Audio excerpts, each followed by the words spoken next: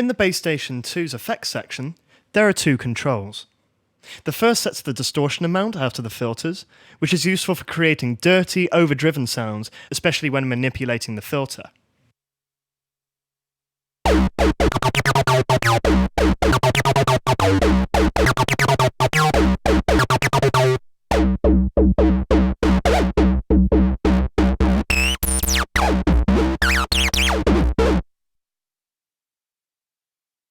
The second control is in fact a third modulation source for the filter's cutoff frequency.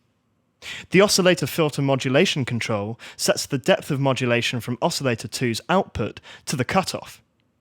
This can result in some very interesting and unique sounds from FM-style timbres,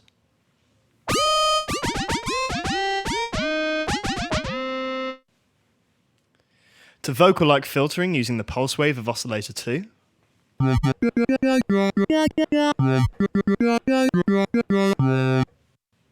and using both effects controls, some pretty gnarly sounds can be produced.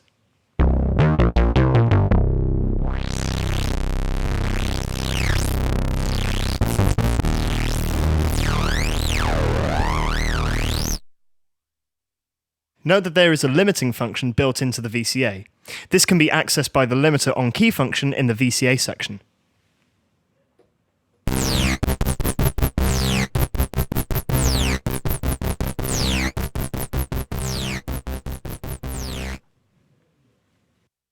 This is useful for taming particularly aggressive and vicious patches. On the rear panel of the Base Station 2 is an external input. This can be used to process external audio sources through the filter, VCA and distortion sections of the Base Station 2. An internal preamp can be used to amplify sources such as electric guitars and microphones up to a usable level with the synthesizer, or even provide further distortion to input sources. The gain of this preamp is set using the on-key function under the global section.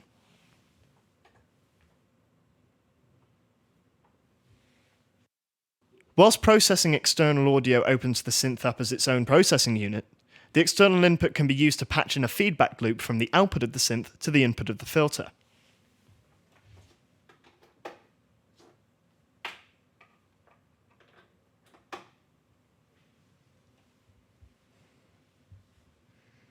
This technique was often used with classic semi-modular synthesizers to produce aggressive and chaotic sounds.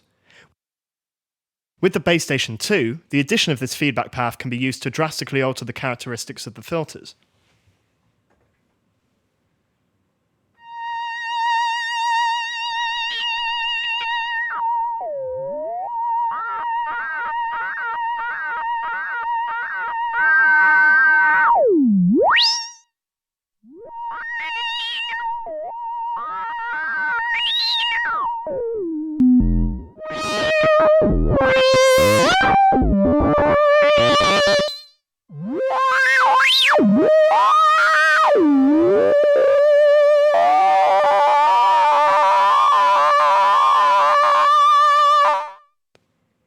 Even in changing the level and gain of the feedback loop by the external level and input gain respectively, we can change the quality of the synth sound by a considerable amount.